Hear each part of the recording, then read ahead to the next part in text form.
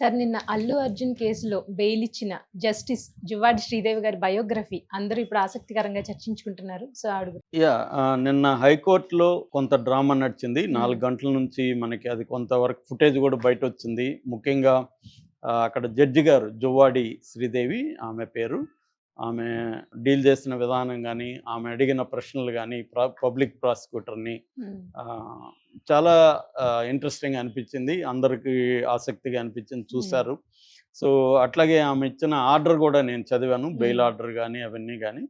So, ఆమె చాలా నిష్పక్షపాతంగా, ఆబ్జెక్టివ్‌గా ఒక జడ్జి గారు ఎలా చేయాలి అన్న ఒక అంటే ఈయన హీరో పెద్ద సెలబ్రిటీ అని వెళ్ళలేదు. హ్మ్. అట్లని నెగెటివ్‌గా గూడా వెళ్ళలేదు. హ్మ్. చాలామంది నెగెటివ్‌గా ఉంటారు. హ్మ్. అంటే సెలబ్రిటీలు పనిష్ చేస్తే అందరికి బుద్ధొస్తుందనో, లేకపోతే సెలబ్రిటీలు తప్పించుకుంటారనో అది గూడా లేదు. హ్మ్. ఆమె చాలా బ్యాలెన్స్‌డ్‌గా డీల్ చేశారు. అసలు ఎవరు ఆమె, ఆమె బ్యాక్‌గ్రౌండ్ ఏంటి అనేది ఇప్పుడు ఇంటర్నెట్‌లో గూడా సెర్చ్ జేస్తున్నారు.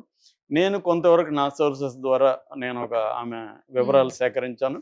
నాకేమనిపించిందంటే చాలా ఇన్‌స్పైరింగ్ స్టోరీ ఆమె. హ్మ్. ముఖ్యంగా మహిళలు ఆమె స్టోరీ తెలుసుకోవాలి. హ్మ్. ఆమె మీద ఈనాడులో గూడా 'సూపర్ వుమెన్' అనే శీర్షిక కింద ఓహ్! ఆమె ఆమెతో ఒక చిన్న ఇంటర్వ్యూ లాగా చేశారు. హుహు. హ్మ్. అవన్నీ గూడా నేను చూశాను. సో, ఆమె బయోగ్రఫీ చెప్పుకుందాం అనిపించింది నాకు. సో, ఆమె జువ్వాడి శ్రీదేవి ఆమె పేరు. వీళ్ళదొచ్చి జగిత్యాల్ డిస్ట్రిక్ట్‌లో ధర్మపురి మండల్ తిమ్మాపూర్ అనే విలేజి. ఆ విలేజ్‌లో ఈమె 1972లో పుట్టింది. జువ్వాడి భారతి వాళ్ళమ్మ, జువ్వాడి సూర్యారావు దంపతులకి. తర్వాత ఆమె ఇంటర్మీడియేట్ అయిన తర్వాత పెళ్ళైపోయింది ఆమెకి. పెళ్ళై ఎవరితో అయిందంటే శ్రీహరిరావు. హ్మ్. కూచాడి శ్రీహరిరావు అనే అడ్వొకేట్ ఆయన. హ్మ్. నిర్మల్ బ్యాక్‌డ్రాప్ ఆయనది. నిర్మల్ జిల్లాలో మామడ మండలంలో దిమ్మదుర్తి అనే విలేజ్ ఆయనది. ఆయనతో మ్యారేజ్ అయింది. మ్యారేజ్ అయినాక ఈమె చదువుకున్నది. అంటే హుహు. భర్త ప్రోత్సహించాడు. ఇటు వాళ్ళ నాన్న గూడా హ్మ్. ఈమెను ప్రోత్సహించారు. వీళ్ళిద్దరి మధ్య కూడా అరౌండ్ 12 ఇయర్స్ గ్యాప్ ఉంది. ఈయన 1960లో ఈయన భర్త పేరు కూచాడి శ్రీనివాసరావు. రెండోదేందంటే కూచాడి శ్రీనివాసరావు పొలిటీషియన్ గూడా. హ్మ్. అంతకుముందు ఆయన హ్మ్. 95 నుంచి కాంగ్రెస్‌లో హ్మ్. ఉంటున్నాడు. మామడ మండల అధ్యక్షుడిగా ఉన్నాడు. దాని తర్వాత 2001లో జడ్పీటీసీ మెంబర్‌గా ఉన్నాడు. 2002లో ఆదిలాబాద్ జిల్లా ప్రదేశ్ కాంగ్రెస్ కమిటీ మెంబర్‌గా ఉన్నాడు. దాని తర్వాత 2007లో హ్మ్. టీఆర్ఎస్‌లో చేరాడు. అంటే హ్మ్. అప్పటికి తెలంగాణ ఉద్యమం జరుగుతుంది. ఆయన కూడా ఉద్యమంలో పాల్గొందామని టీఆర్ఎస్‌లో చేరాడు. ఉద్యమంలో పాల్గొన్నాడు. 2009లో నిర్మల్ లో ఎమ్మెల్యేగా కంటెస్ట్ చేసి ఓడిపోయారు హ్మ్. టీఆర్ఎస్ తరపున. 2014లో మళ్ళీ టీఆర్ఎస్ తరపున ఓడిపోయాడు. 2018లో ఇంద్రకరణ్ రెడ్డి అని మాజీ మంత్రి ఆయన హ్మ్. బీఆర్ఎస్, హ్మ్. ఇప్పుడు బీఆర్ఎస్ అప్పుడు టీఆర్ఎస్. ఈ ఆయన గెలుపుకి ఈయన చాలా కృషి చేశాడు. అయితే దాని తర్వాత ఆయనకి టీఆర్ఎస్ అంటే బీఆర్ఎస్‌కి మధ్య గ్యాప్ వచ్చింది. 23లో రేవంత్ రెడ్డి సమక్షంలో ఆయన కాంగ్రెస్ పార్టీలో చేరాడు. హ్మ్. కాంగ్రెస్ పార్టీలో చేరి మళ్ళీ నిర్మల్‌లో కాంగ్రెస్ తరపున ఎమ్మెల్యేగా పోటీ చేశాడు. ఓడిపోయాడు. అంటే ఆయన ఓడిపోయినా గూడా ఆయనకి చాలా పరపతుంది. చాలా ఆర్గనైజేషన్ స్కిల్స్ ఉన్నాయి. చాలా ఇంపార్టెంట్ వ్యక్తి. హ్మ్. కేసీఆర్‌కి చాలా సన్నిహితం ఒకప్పుడు ఆయన. కేసీఆర్ హ్మ్. ఎప్పుడు చాలా సార్లు చెప్పేవాడు. ఈ శ్రీహరి నాకు చాలా క్లోజ్ అని చెప్పి హ్మ్. కూచాడి శ్రీహరి. ఆయన్ని ఈమె పెళ్లి హ్మ్. చేసుకుంది. ఈమె ఎడ్యుకేషన్‌కి సంబంధించొచ్చి ఈమె సెయింట్ అన్స్ స్కూల్‌లో చదువుకున్నారు.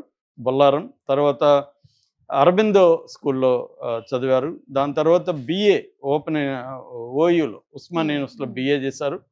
96లో నాందేడ్ లా కాలేజీలో లా చేశారు. హ్మ్. అదొచ్చి doctor BR Ambedkar university, Marathwada university అంటారు. ఆ హ్మ్. యూనివర్సిటీ కిందకొస్తుందనమాట. అక్కడ లా చేశారు.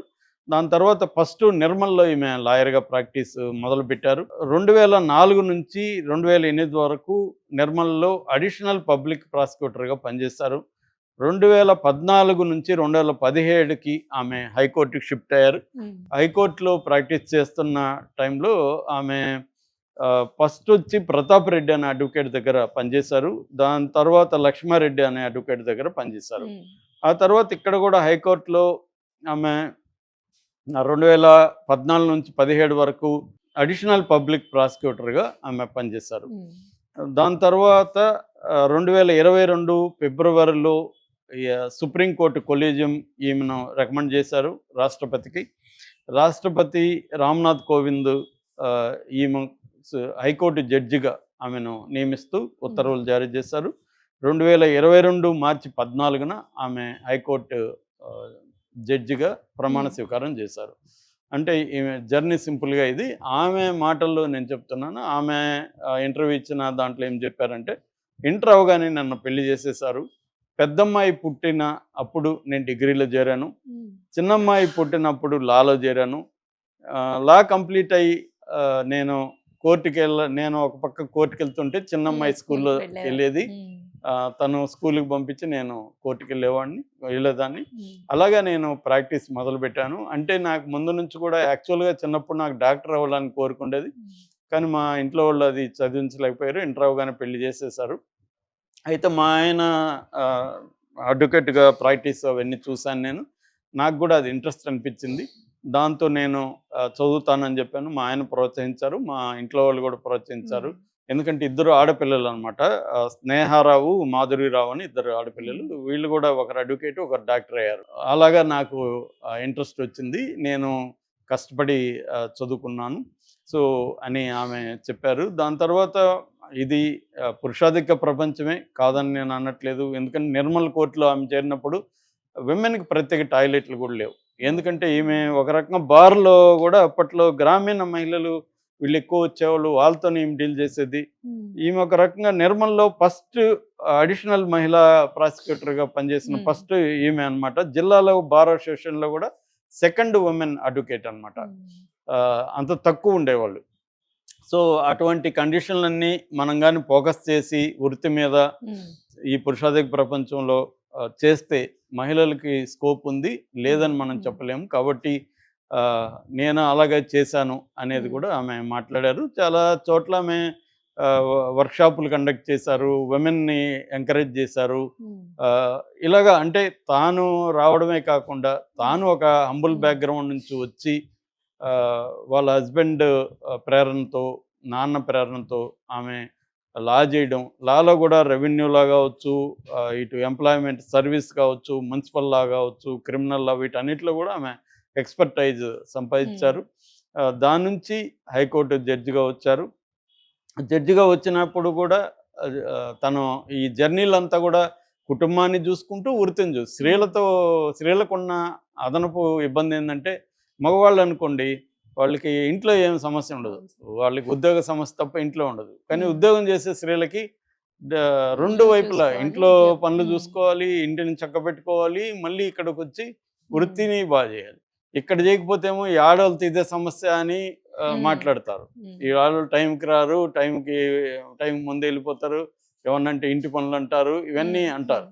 సో ఇవన్నీ తట్టుకొని ఆమె ఒక జడ్జిగా నిలబడి ఇవాళ ప్రూవ్ చేసుకున్నారు. నిన్న కూడా ఆమె అల్లు అరవింద్ కేసు విషయంలో కూడా ఆమె చాలా చక్కగా, చాలా బ్యాలెన్స్డ్గా ఇరువైపులా వినడం, క్వశ్చన్స్ చేయడం, ఎవరి వైపు ఉండకపోవడం.